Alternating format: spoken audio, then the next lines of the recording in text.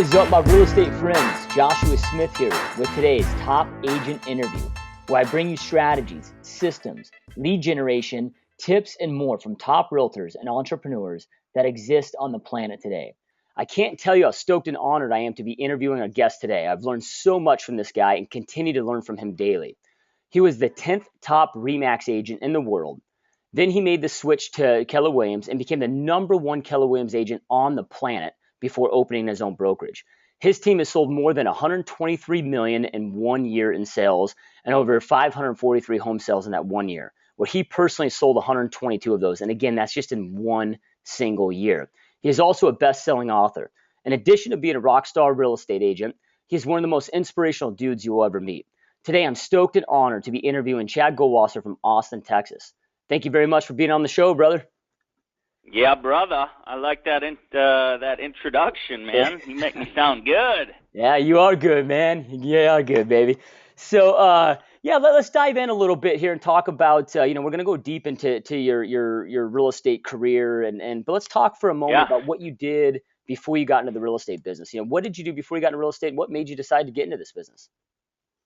Yeah, so I was in the restaurant business, and ever since I was about 14 years old, when I worked in a Subway, I started working for a company called Fridays up by the Mall of America in Minneapolis, and learned about service there. I worked as a server and then a bartender, and I realized in that business that I realized how important it was to serve people at a really high level, which is still my goal every single day in the real estate business. But I stayed in that business for a long time. I moved from Minneapolis down to Austin, Texas, and I was working for a company called Trudy's down here, started working behind the bar for them, and very quickly at the age of 22, I was made a manager at that company.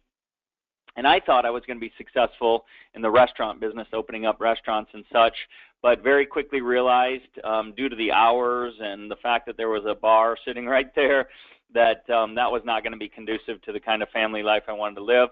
So I started looking for ways out, and the first thing that happened to me was I found a business that got me completely excited, and it was a business that I was shown by another gentleman, and I had no idea what Amway was, and so I was totally stoked and excited.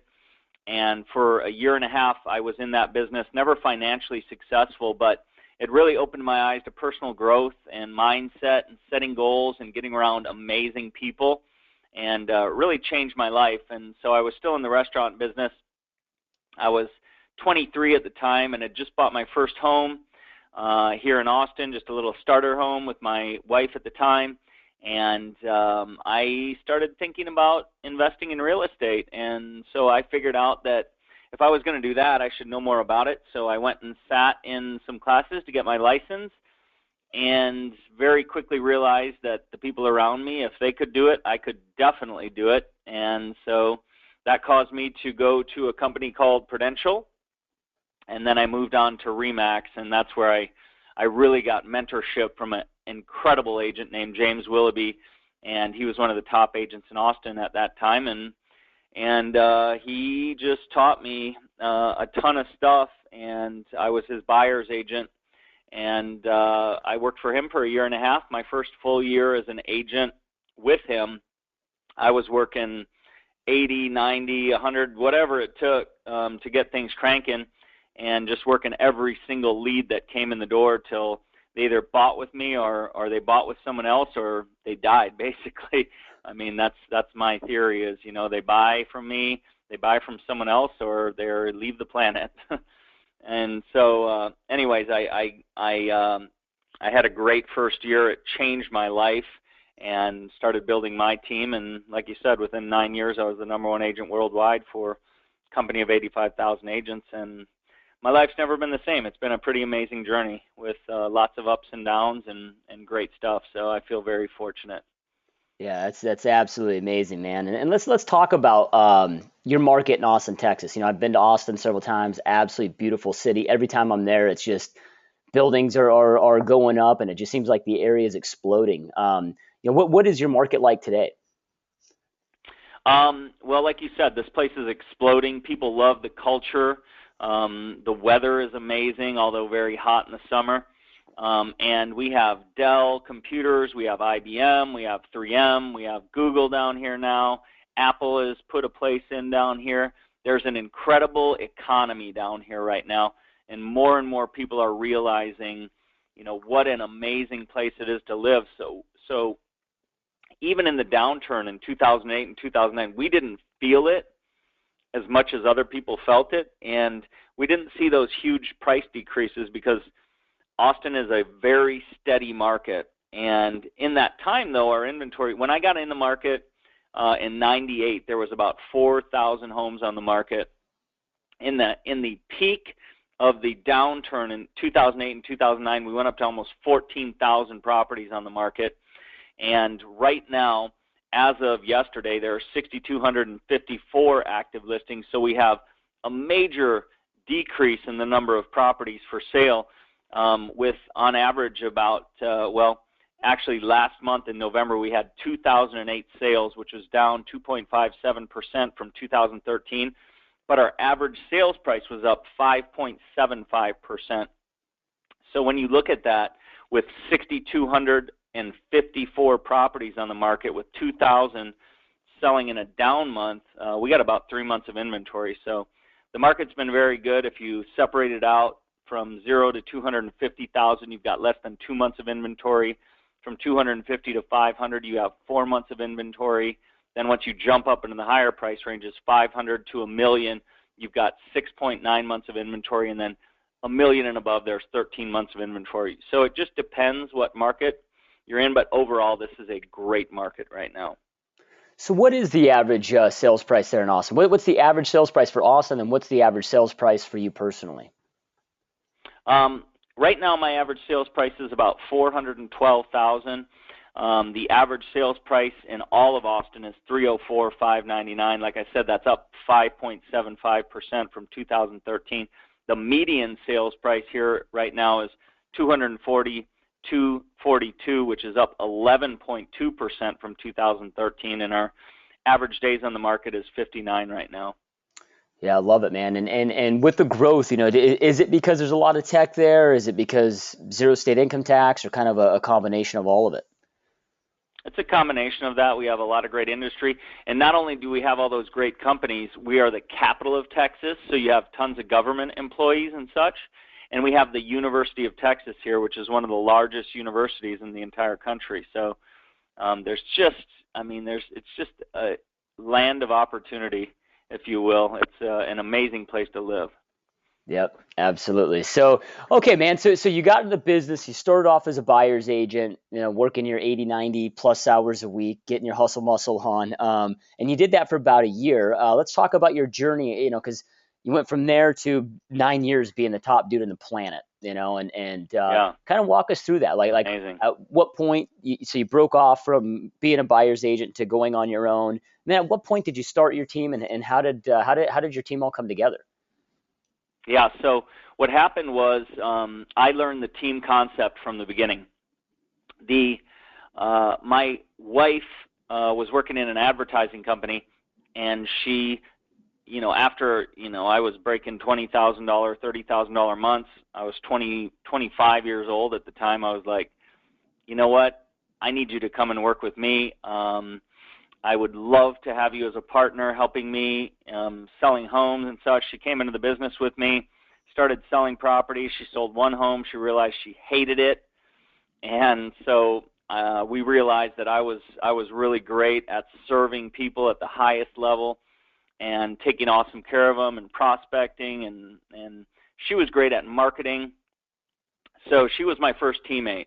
And she came on, and one of the biggest things I think that a lot of agents have a challenge with is making that next step from being a solo, single agent, handling everything, to bringing on an assistant that will help them to offload a lot of the, maybe not, I guess you could call it the lower end type of work, the paperwork and following up with the lenders and following up with the title company and putting signs in yards and things that we do as agents to try to keep ourselves busy to keep us away from prospecting. And so I think the first step any agent needs to take is getting to that point where they feel comfortable bringing on an assistant, and then they have to prospect like a madman and become a lead generation machine. So that's what I did. Started generating lots of listings and lots of buyer calls, and realized that I needed a buyer's agent. So I brought on one buyer's agent. I taught and trained him. He was making about $70,000 a year for a company here in Austin, and within 2 years he was making $150,000 working with me. And then about 6 months after that, I brought on another assistant to help us, and then I turned her into a buyer's agent, and then we brought on another assistant to help me with closings because my wife was doing a ton of the marketing, and then we brought on another assistant to help with the listings. So when I left RE/MAX, I had 6 people on my team. That was 7 years into my business, and at that time we were doing about 220 deals. I left. I decided I was going to hire 10 new buyer's agents, and Keller Williams approached me and told I was one of the top agents obviously here and in the country at that point even. And so Keller Williams approached me and they said, you know what, if you come here, we will not charge you for any buyer's agents that you bring on. You'll just have one cap. And so I brought on 10 new buyer's agents. And actually what happened at that time is I hired a great business coach. He started restructuring my business and helping me really tear things down and break things down.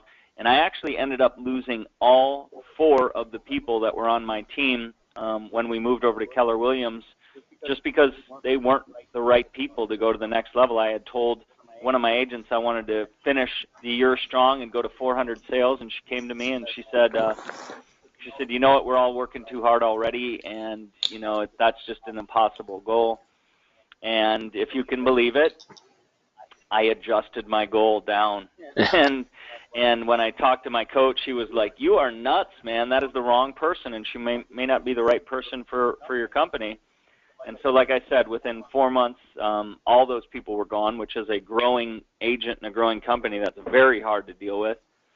But as soon as they left, I brought on 10 new agents. My wife was working with me. We brought on 2 new admin people, and the company started to grow. And within 4 years, I had 22 buyer's agents, 7 listing agents, including myself, and we had 5 people in our administrative side, and we were cranking and still cranking today. But there's been a lot of up and down in there, but that's pretty much the evolution. Then I started my my brokerage in 2008 and have built that. And last year broke up my former company because my wife and I split up, and launched a new brand, Pure Gold Realty, here in Austin, Texas. And so I'm rebuilding it. Now, are you still do you still operate that same model today with having dedicated listing agents, dedicated buyer agents, or do you allow agents on your team to do a little bit of both? At this point, I am a brokerage, and so the agents that I bring on now, they can work listings, they can work buyers. I'm teaching and training them how to utilize our systems so that they get the best results. So they're able to work listings and buyers now. So, when I'm looking at your numbers, man, and they're just absolutely insane. 123 million in 1 year, which is more than most real estate agents can achieve in a 30-plus year career. I mean, it's you guys did 543 sales, which you personally did 122 of those. Like, how do you personally sell 122 homes and then managing, the 20-plus agent team? How'd you keep it together, man?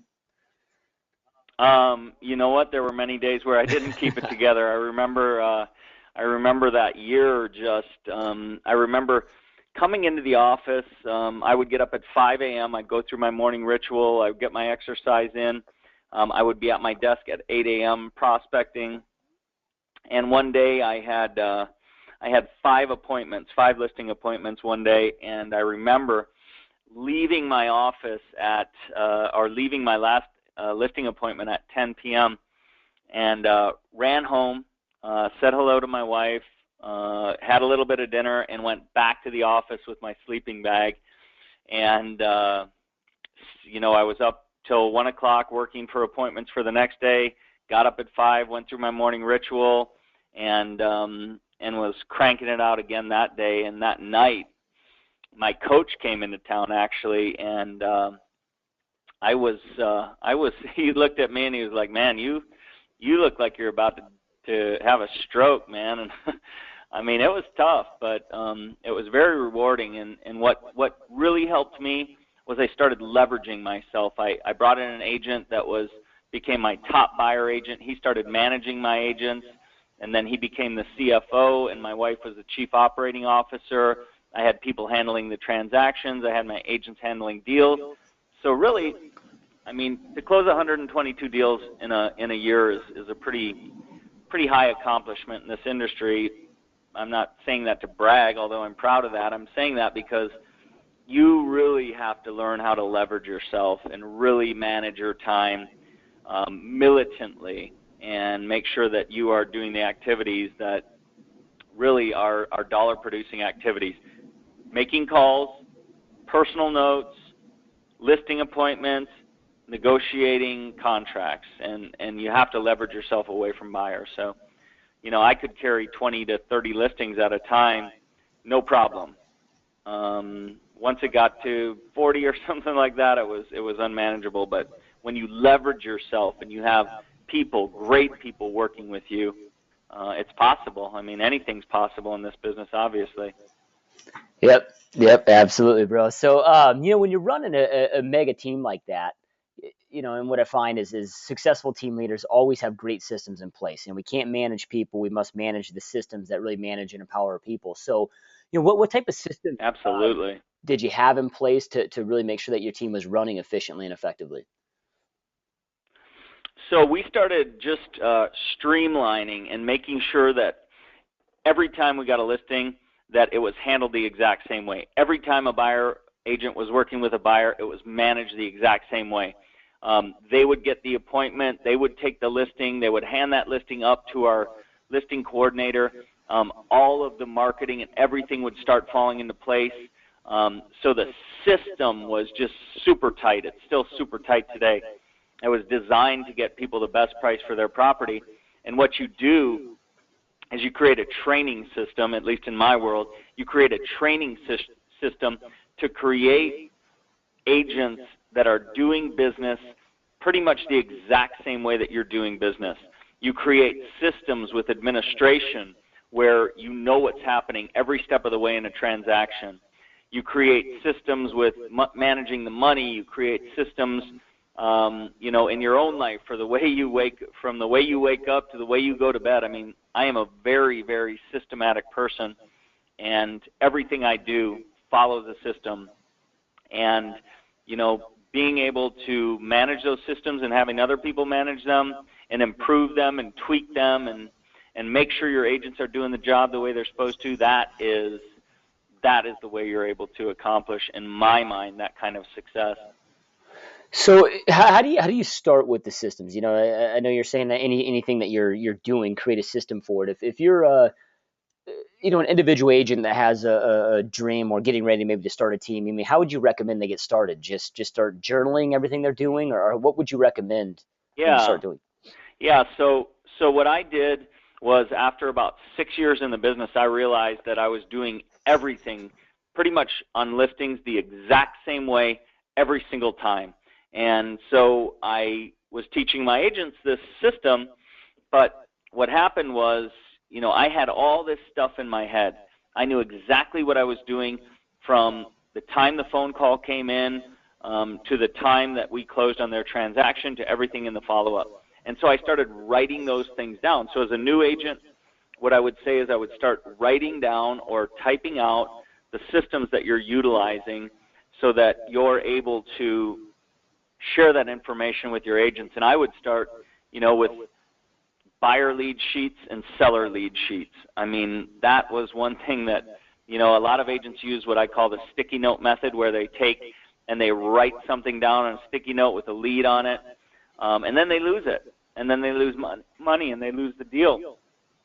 So for me, that first step of creating a system with buyer and seller lead sheets, where you have all the questions and all of the information that you need, that's the first step. Then you start working on listing systems, you start working on the coordination of the listings and the closing, and you just start out one little thing at a time, and after 5 years you've got systematic processes for everything. So yeah, I would say start out by writing things down and by creating in a Word document all of the ways that you're doing business. Yeah, and today, the cool thing that I know when I first started my systems, we really didn't have the video capacity that we do now, and now with just your iPhone and videos, you can put everything on video. Do you incorporate today a lot of video training for your teammates and your agents? Absolutely. Absolutely. So what I do now is my listing system is so scripted. Like every time I walk into a listing appointment, I know exactly most of the things that I'm going to say. I know exactly what's going to happen. And so for my agents, I teach them and train them constantly on those systems, and then I videotape my listing presentation for me and for them. For me, so that I can see, I'm about constant improvement. Like I want to be the best agent on the planet. Like that is my vision. Like I want to be not just great, I want to be legendary. And so by videotaping myself and watching it personally, I'm able to improve, but also I'm able to share that with the agents that are out there that are working for my company. So they can go in and they can come in and watch me do the listing presentation live, and then they can go back in and they can watch the videos and they can listen to the scripts. And then the other thing that I've done is I own another company, Pure Gold Motivation is what we call it, but I've created CDs so that they can pop these things into their car, and now it's obviously going to podcasts and such, but I've recorded my listing presentation, my buyer presentation, my buyer interviews, my seller interviews. So every time an agent comes in here, they get those CDs and they're able to listen to those things, and that's really life-changing for a lot of them. Yeah, especially as agents, as much time we spend in the cars, might as well integrate with some good self-development. All So the time. yeah, absolutely, bro. So, and from listening to past interviews of you, I've watched a lot of your interviews, read a lot of your content, watch a lot of your YouTube videos, and I know you're, I don't know if you still are today, but I know a lot of your success was from geographical farming. Yes. Are you still doing farming, and what other types of marketing that are you doing that's just absolutely crushing it out there? Yeah. So the first time I started farming was about 4 years into my career, and I sat at the National Association of Realtors conference, and I listened to some guys talk about geographic farming, and they said, what we did is we went into a neighborhood and we did a survey. We asked them who was the top agent in the area, and we got all kinds of different answers. And so we did what's called they sent out 8 postcards over 8 weeks with a fictitious agent. And they then resurveyed the community and they said, who's the top agent in the area? And of course, it was the fictitious agent. So I came back from learning about that, and I started doing a mail out. I just started with 400 homes. It was the neighborhood that I lived in. I created very, provocative and awesome marketing pieces just that people had to open. They were just so intriguing. People had to open them. And after about 6 postcards, I went out into that neighborhood. I knocked on every single door in that neighborhood, about 450 homes or so, introduced myself to as many people as I could. I let them know, just a simple script. I brought market stats on the neighborhood. I said, I'm Chad Goldwasser, Goldwasser Real Estate. I live in the neighborhood, and I just want to let you know what's going on. And if I can ever help you buying or selling real estate, I would love the opportunity to serve you. And then after 7 weeks, I made phone calls and just kept in touch, and I got my first listing. I did an open house. I got my first listing in that neighborhood. I did an open house. I sold the property the first day it went on the market, but I still did the open house. I put tons of my branded open house signs in the neighborhood. I had like 20 groups of people through. I had food and drinks there. And from that, I got my second listing. And that first year, I took almost 30% of the sales in that neighborhood. Yeah, that's insane. Farming.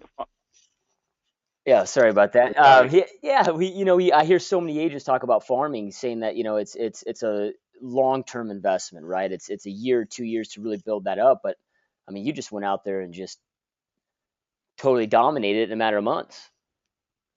Well, it's a year or 2 years if all you do is sit back and send out a little postcard once in a while. But if you hit them, you go out and you market yourself, you knock on doors. I mean, typical traditional average real estate agent will send out a postcard and they'll be like, "Oh, I didn't get anything off that." And so they quit. But if you want to be like rock star, amazing, you send out the postcards, you do it over 8 weeks, you go out and knock on doors, you phone call into the neighborhood. I mean, I'm still calling into my farm at this point in my career, 12 years after starting that farm, because then I added all of Circle C, which is my farm area. There's 4,500 homes. I went out and knocked on more doors. I took over the neighborhood. There's 367 sales in that neighborhood this year so far. And so if I take 20% of that, that's almost 70 sales. I can live with 70 sales in a average price point of 400,000.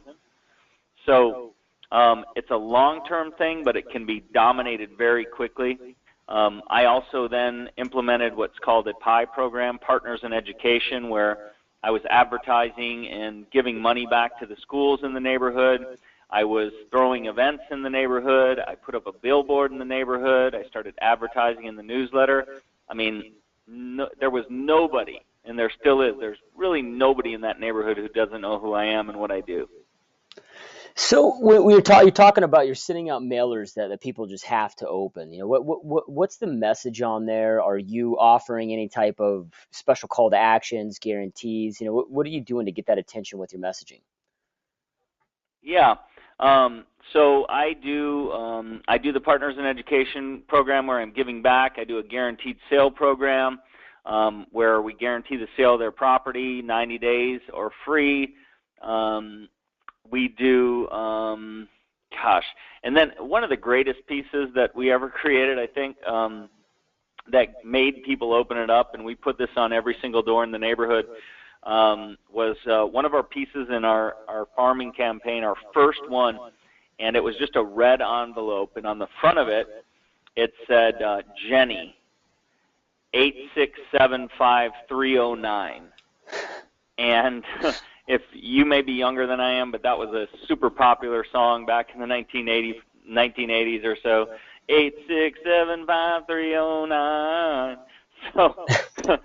So anyways, we put this sticker on the outside of it, and then people are like, what's the deal with this? They opened up the red envelope, and inside there was a note. It said, some numbers aren't as easy to remember.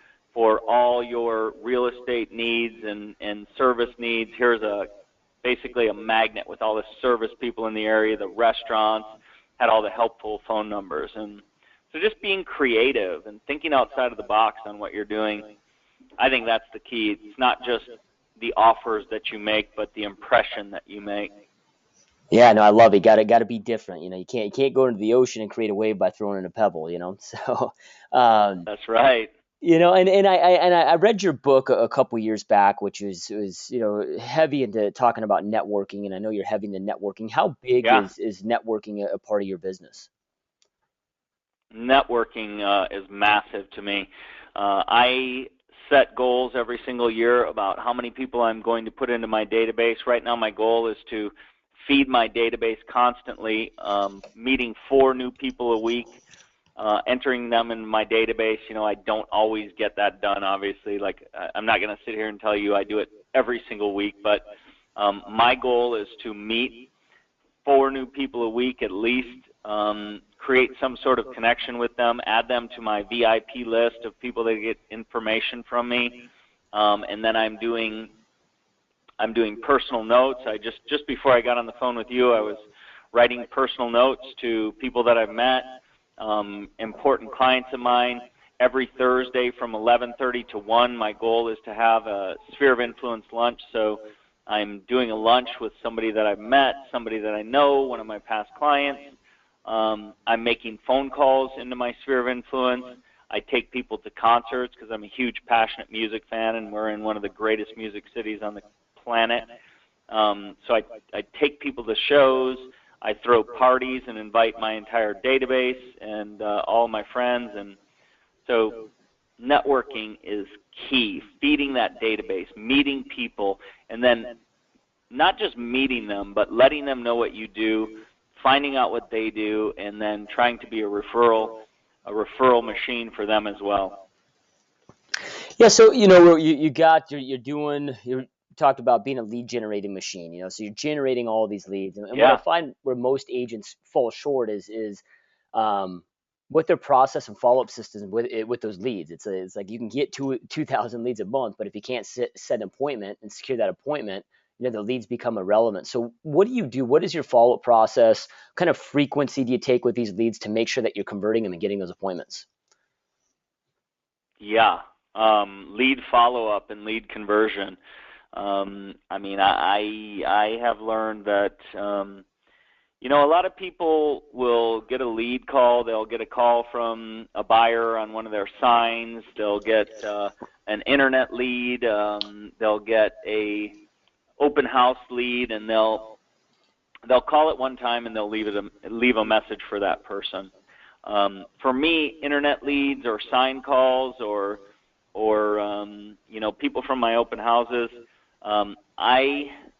I work to use a system I call the 3-2-1 Bulldog callback method for leads, and I teach my agents this. But a typical traditional average agent will call a lead back once, and they'll leave a message, and then they'll never hear from that lead again, and they probably never call it again. What I do, and I try to teach my agents, is make the phone call. If you can't answer your phone, which I suggest always answering your phone unless you're in an appointment, but if you can't answer your phone when that lead comes in, or you can't respond to that web inquiry immediately, I suggest if there's a phone number on the web lead or if it's a sign call, you call that person back as quickly as you can. And if they don't answer, you hang up. 45 seconds after you do that, you pick up another phone number, whether that be your landline or your cell number. You call the lead back again. If they don't answer, you do not leave a message again.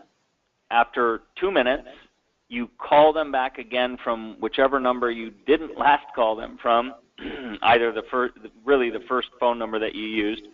And if they don't answer that time, which usually by now, I mean, I'm sure you keep your phone in your pocket sometimes. You can't always get to it, but now usually their phone is in their hand. They've heard it ring once or twice, and now they're like, geez, I better answer this. So 3 calls within 2 minutes, 1 appointment. That's 3-2-1 Bulldog callback method. And then if I can't reach them on any of those, I leave them a highly energetic, fun voicemail with a catch. I know you're looking in this particular area. You called me on this one property. I want to let you know about another property in the area that's coming on the market. Hasn't quite yet hit the multiple listing service. I want to share that one with you, and there's 5 other properties in that price range in that neighborhood, and just give me a call back as soon as you can. I'd love to serve you. Yeah, so we were just talking about your frequency and your follow-up processes, and you're working the phones, you're grinding. I love that 3-2-1 approach. That's it's pretty awesome, man. And we see so many leads today that are coming in, via internet. It's like the Zillow lead is today's sign call, right? So when you get those leads, what kind of is your follow-up process to ensure that you're converting? Where do you put them? How often are you following up, and how do you kind of manage maybe your teammates or the people on your team following up with those leads? Yeah, so I utilize Commissions Inc. We used to use a company called Boomtown for our online lead generation. I use a company called Commissions Inc. now. They have an amazing dashboard system where, like just now, I got a lead from Commissions Inc. It came off of a search engine called Bing, and they are looking at properties, I'm able to look at them immediately and then assign them out to an agent. And I tell my agents, if I get a lead in and I'm going to hand it out to you, I need you to get back to it right away. So like this lead that just came in, I'm going to, as soon as we're done, get on the phone, call this lead. I'm going to do everything I can to turn it, and then I'll hand it over to our agents. If I'm too busy, because I think this is the most important thing that a great agent does, is they're great lead converters, great lead generators, great lead converters. And you're always going to be the best at this if you're the leader of the team. So I will call back a lot of these leads. And then there's a follow-up system, a drip system in our Commissions Inc. dashboard that automatically will start emailing them properties, great emails from us. But I'm going to call that lead immediately, and I'm going to use that 3-2-1 method. If I can't get them on the line the last time, I'll leave them a message. I will set them up on a search based on what they're looking at, because I'm able to look at what type of properties they're viewing.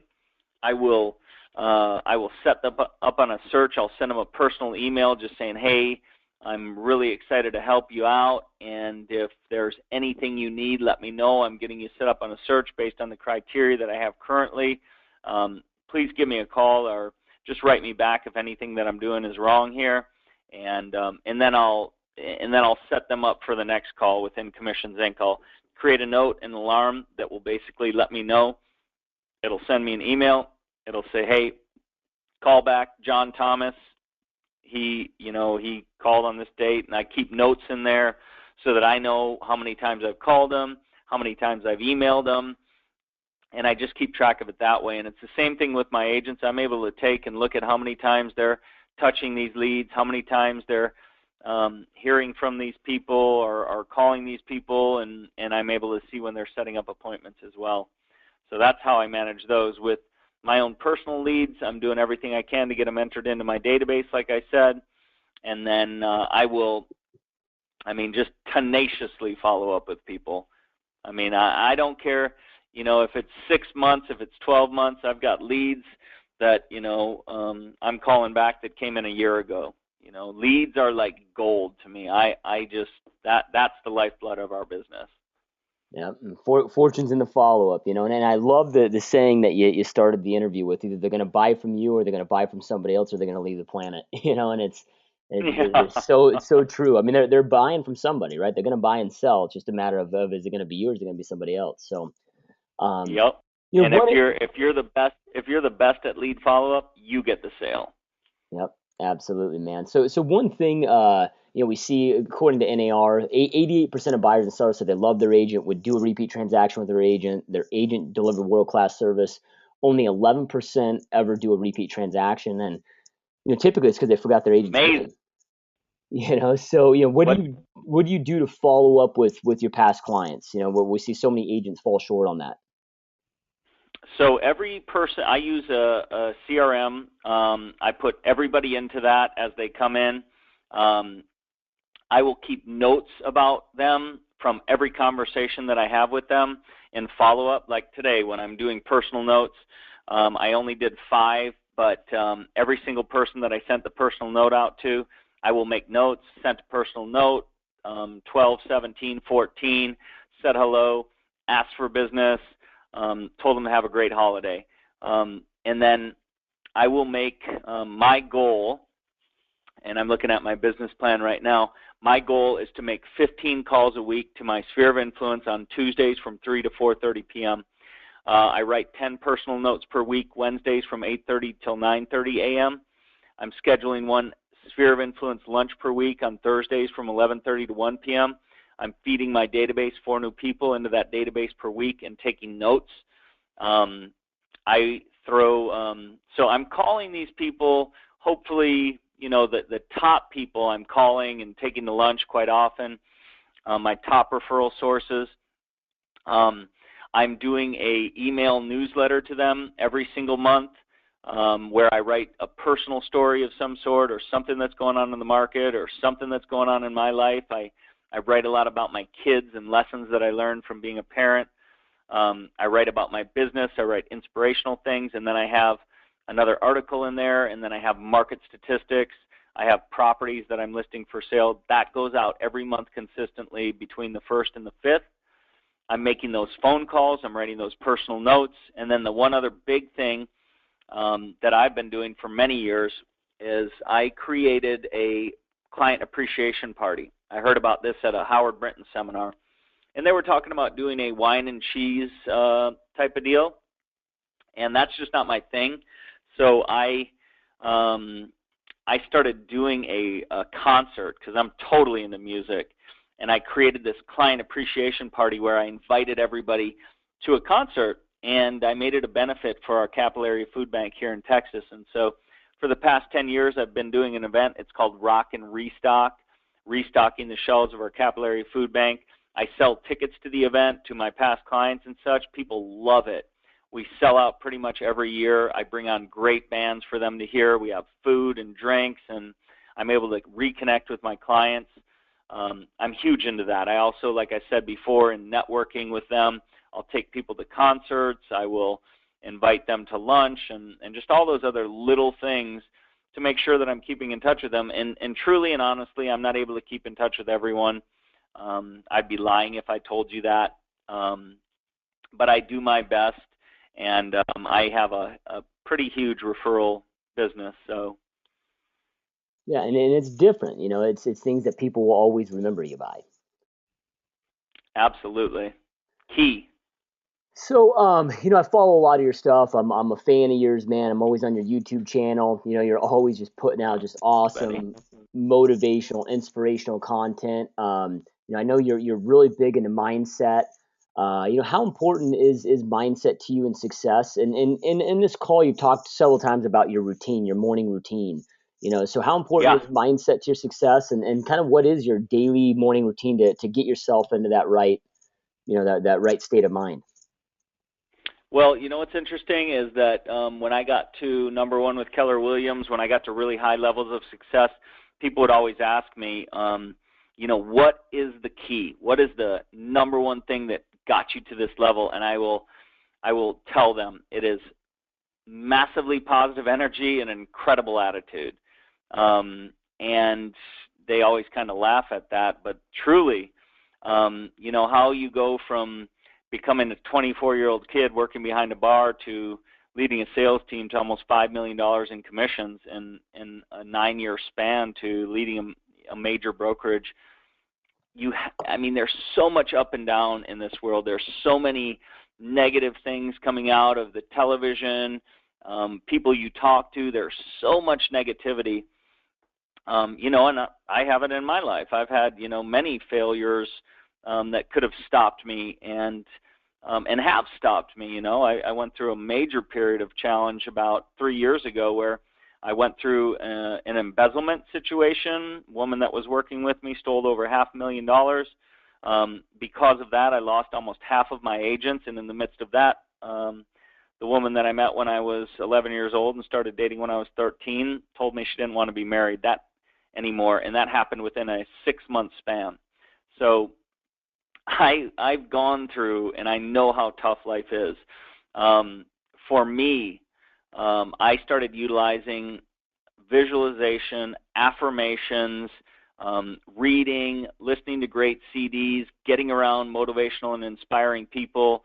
I started that in the beginning of my career, and what I utilize now is when I get up in the morning, the first thing I do is and believe me, don't get me wrong, I'm still a massive work in progress, and I'm still a pain in the ass sometimes, and I'm still not as positive as I could be.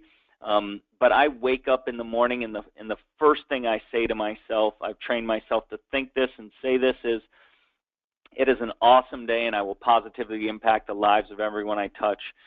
And that's my goal. I want to make a positive impact, and it's very hard sometimes, especially, with the people you love the most sometimes, your wife, your girlfriend, your fiance, your kids, it's most challenging with them sometimes. But I follow that up with affirmations. I learned this very early on.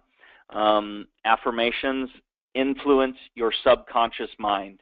So the more positive thoughts I can put into my subconscious, the more positive thinking, the more positive reading, the more positive information I can put into my head about success changes my world and allows me to have that incredible attitude. And how, so I'll finish with this and then I'll tell you how that affects my business. So I read through my affirmations. I've got about 20 of them. I say them out loud. I have a copy of them in my shower. I have a copy above the visor in my car. I have a copy sitting right here next to my desk. I'm looking at them right now.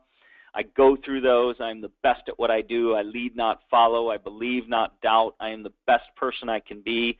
I act with courage and boldness in all my endeavors. I am a leader. I am living a legendary life. I am an awesome person.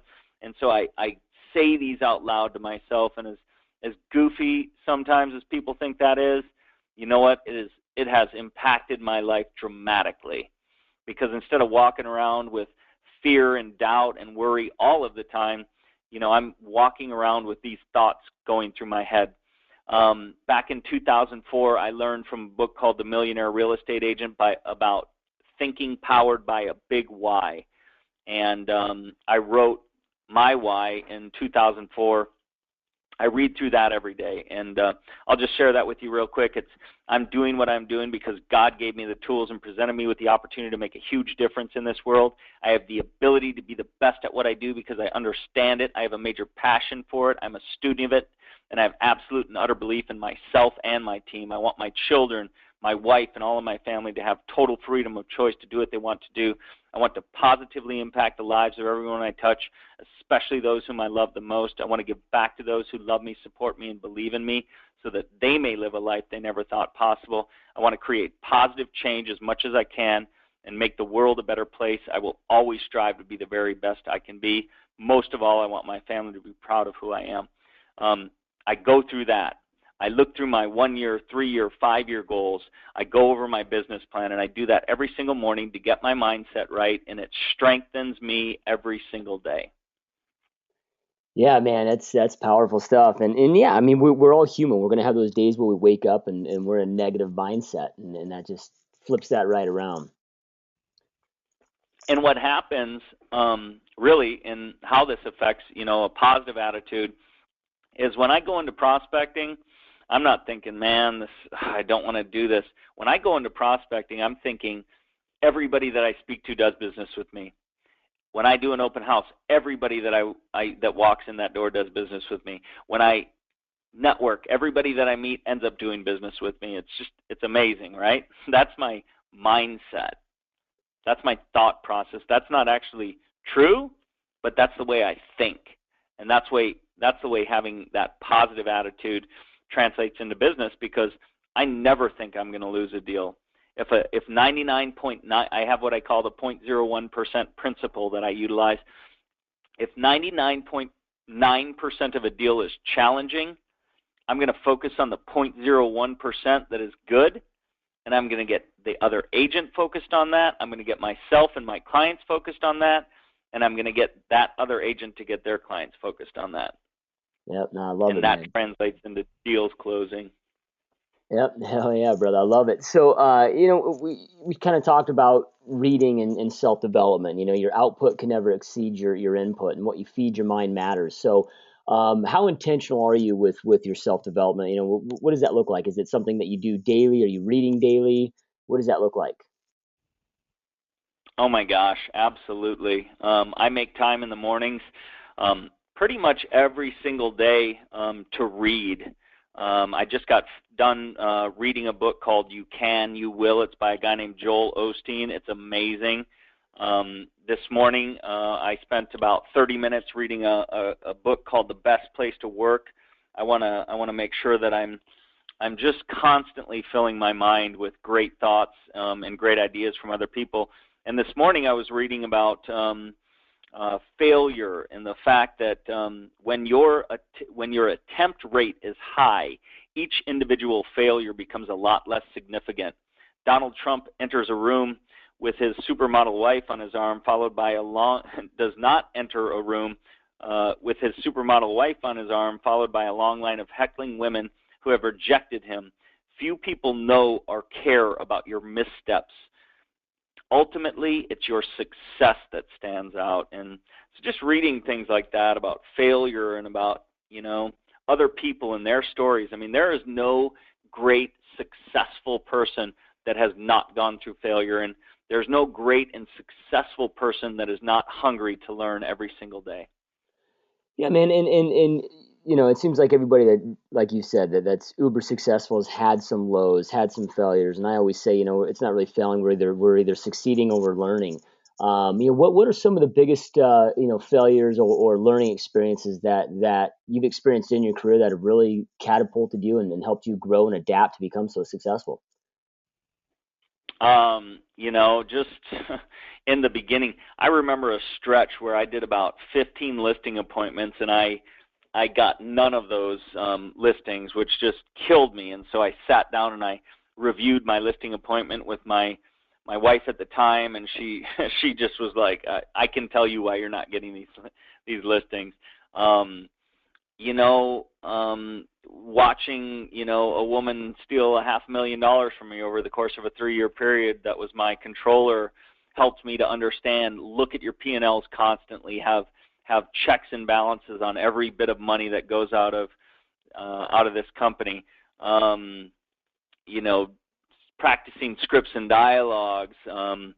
Just there's been tons of failure, and even now, rebuilding my company, I struggle with my leadership sometimes. I struggle with treating my teammates as best as I could, and so it's just a matter of constantly working on yourself and growing as a person, growing as a leader, and becoming the kind of person that attracts great people. So it's a constant thing, and I've learned to accept it. Whenever I lose an agent, I hate it still, but you know what? It happens. So it's just a constant process, man. Yep. It's just we fail, we reflect, we learn, and we grow, man. So, Yeah. I find that every successful person, at least that I've ever met and that I study, are pretty hardcore goal setters. What do you do for your goal setting personally, and what do you do for as far as a brokerage with your teammates, with your agents for goal setting? Well, I teach a system of business planning. Every year I redo my business plan. I learned from a guy named Rick DeLuca about 14 years ago in 2000 about creating a business plan. A lot of people have a goal in their mind, and it never makes it to paper, or it never makes it to be written down, and they never achieve it. Other people write down their goal and they throw it in the back of their desk, and then they never think about it again. I teach and train my agents, and I've been using myself a written business plan every year since 2000. And I stare at that business plan just like I'm doing right now. I got it right in front of me. I laminate it. I put it on the back of my affirmations and my why and my 1 and 3 and 5 year goals. And I look at it every single day. I review it every single day. It keeps me on track. And then I'm setting my 3, 5, 10, 20-year goals. I use a system called Creating My Utopia, where I push my life out 20 years and I talk about the kind of person that I want to be and the kind of company that I want to own and the kind of agents that I want to have and the relationships I want to have with my children. And from that, I'm able to create exactly what I want today, exactly what I want to do today. If I want to be a #1 New York Times bestselling author, what do I have to do today? I have to write. So I'm very, very, very goal driven. Yep. Love it, man. Living your life intentionally. It's up to us to give birth to our dreams, and yeah, I love that, and I love the fact that you're reviewing it every single day. It's a lot of people that if they do a business plan, they review it once, and it's going to be tough to Yeah. compete. Tough to compete against the guy that reviews it every single day. Yep. Um, so you've got your brokerage now. How big is your brokerage, and what are you doing, for recruiting and to get out there and add and grow your agents? Well, I'm creating an environment here. My company right now, I broke up my old company, Goldwasser Real Estate, last year, rebranded it Pure Gold Realty. I was still in business with my former wife, and it was time to end that. I had about 110 agents at the time. So I broke that up last year. Right now, I've been rebuilding all my systems, going back through and rebuilding the company. I've got about 25 agents. I'm very focused on creating an environment of personal growth, leadership, teamwork, fun, and world-class service. Those are our core values. And so I'm creating that environment that is attracting agents. And, just over the past week, I've been able to bring on 6 new agents. People are hearing about us. People know me from, everything that I've done. We've built a great reputation, and so that is attracting people to us, and I'm constantly training and teaching our agents. So just creating that environment and then getting on the phones, calling agents, keeping in touch with people, talking to the agents that you're working with on deals to see if they're looking for a new place to go. Just constantly thinking about growth. That's what I do. Yeah, man. So you talked about pure gold motivation with the motivational CDs. Is that something that you just offer your company, or is that something that you put out there to realtors all over the planet, or is it just real estate specific?